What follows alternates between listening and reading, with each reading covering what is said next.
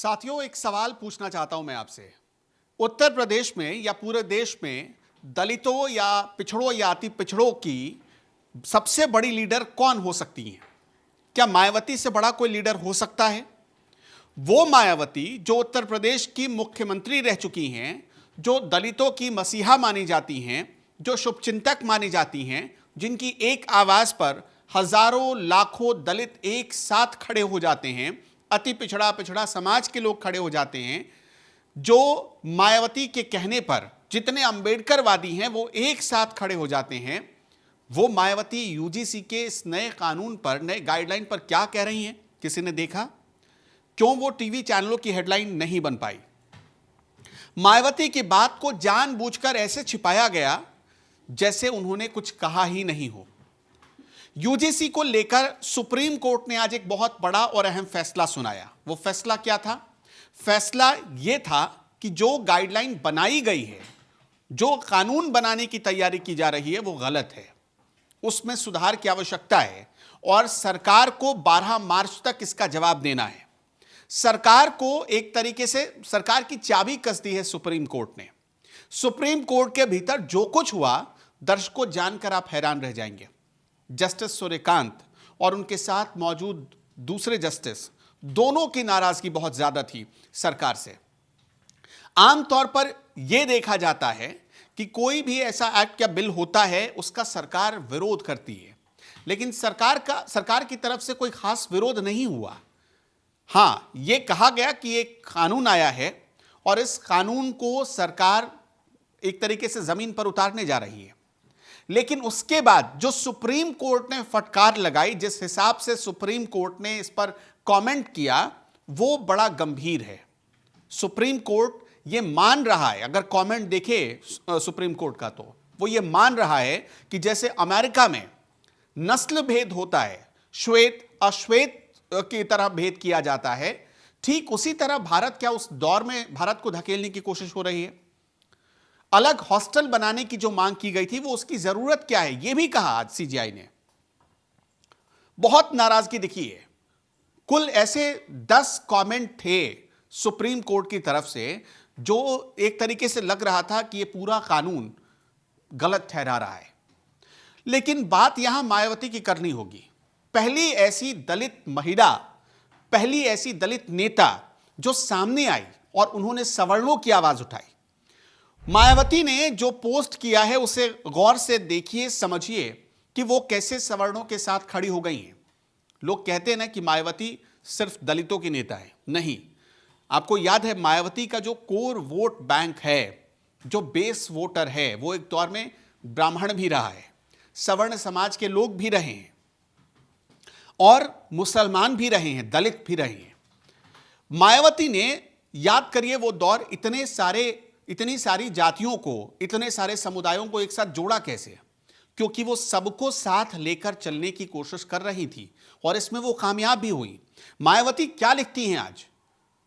हमारे देश में वैसे तो बहुत दलित नेता हैं, बहुत पिछड़े अति पिछड़े नेता हैं, लेकिन एक किसी का नाम बताइए जिसने कहा हो कि यूजीसी जो गाइडलाइन लेकर आया था वो सही हो या वो गलत हो। किसी ने सवर्णों के साथ खड़ा होने की हिम्मत नहीं जुटाई। छोड़िए पिछड़े अति पिछड़ों की, अति पिछड़े या पिछड़े नेताओं की, बात उनकी करते हैं जो सवर्णों का वोट लेते हैं, उसके लिए जीभ लपलपाते हैं, लालायित रहते हैं, लेकिन जब सवर्णों के साथ खड़े होने की बारी आई तब वो भी गायब थे। मैं 2-4 नाम बताना चाहता हूं। उत्तर प्रदेश से एक नाम तो राजनाथ सिंह का है, ठाकुरों के बहुत बड़े नेता बनते हैं। दोस्तों, जानकर आप हैरान रह जाएंगे कि योगी सरकार में जो ठाकुर मंत्री थे, उनकी जबान भी बंद हो गई थी, कोई कैमरे पर आने को तैयार नहीं था। पहले हालत मैं बता देता हूं कि किस तरह से मोदी सरकार के मंत्रियों की घिघी बंध गई थी, और जैसे ही सुप्रीम कोर्ट ने फैसला सुनाया, सबकी बोली निकलने लगी। सब तोते की तरह रट्टू मार भाषा बोलने लगे। उसमें पहला नाम पता है आपको? गिरिराज सिंह है। वो भी केंद्र में मंत्री हैं। गिरिराज सिंह ने वाहवाही लूटनी शुरू कर दी कि ये मोदी सरकार ही कर सकती थी, मोदी और अमित शाह ही कर सकते थे। क्या लिखते हैं गिरिराज सिंह? आदरणीय प्रधानमंत्री नरेंद्र मोदी जी एवं माननीय गृह मंत्री अमित शाह जी का हार्दिक आभार। क्या किया भाई इन लोगों ने? बिल पर तो रोक लगाई नहीं। सुप्रीम कोर्ट अगर चाबी नहीं कसता अगर हथकड़ी नहीं लगाता तो क्या ये बिल पर रोक लगा पाते? सरकार का कोई नुमाइंदा बोलने के लिए तैयार नहीं था। और बनाने वाली कौन थी? ये पूरी गाइडलाइन किसके दिशा निर्देश पर बनी? धर्मेंद्र प्रधान, जो कि देश के चार्डी मिनिस्टर हैं। यूजीसी, आगे लिखते हैं गिरिराज सिंह, यूजीसी नियम पर माननीय सर्वोच्च न्यायालय द्वारा रोक से देश के विद्यार्थियों, शिक्षकों और शैक्षणिक संस्थानों को बड़ी राहत मिली है। मोदी सरकार की पहचान सबका साथ सबका विकास और एकता के साथ न्याय, संतुलन और संवैधानिक मूल्यों की दृढ़ रक्षा है। यह गिरिराज सिंह कहते हैं। आज जब सुप्रीम कोर्ट का फैसला है, उससे पहले तो मुंह से एक आवाज तक नहीं निकल रही थी इनकी। इसी तरह निशिकांत दुबे बीजेपी के सांसद हैं, संसद में बहुत बोलते हैं, लच्छेदार भाषण देते हैं, लेकिन वो भी सवर्ण समाज से आने के बाद भी अब तक खामोश थे। और जैसे ही सुप्रीम कोर्ट का फैसला आया, लगे अमित शाह और नरेंद्र मोदी की पीठ थपथपाने, सरकार की वाहवाही लूटने। सच पूछिए, अगर सर्व समाज का कोई नेता है, दिखा, उसने दृढ़ता दिखाई, कोई मतलब आत्मबल दिखाया, तो वो मायावती हैं। मायावती क्या लिखती हैं, पहले वो देखिए। विश्वविद्यालय अनुदान आयोग यानी यूजीसी द्वारा देश के सरकारी और निजी विश्वविद्यालयों में जातिवादी घटनाओं को रोकने के लिए जो नए नियम लागू किए गए हैं, जिससे सामाजिक तनाव का वातावरण पैदा हो गया है, ऐसे वर्तमान हालात के मद्देनजर रखते हुए माननीय सुप्रीम कोर्ट का यूजीसी के नए नियम पर रोक लगाने का आज का फैसला उचित है।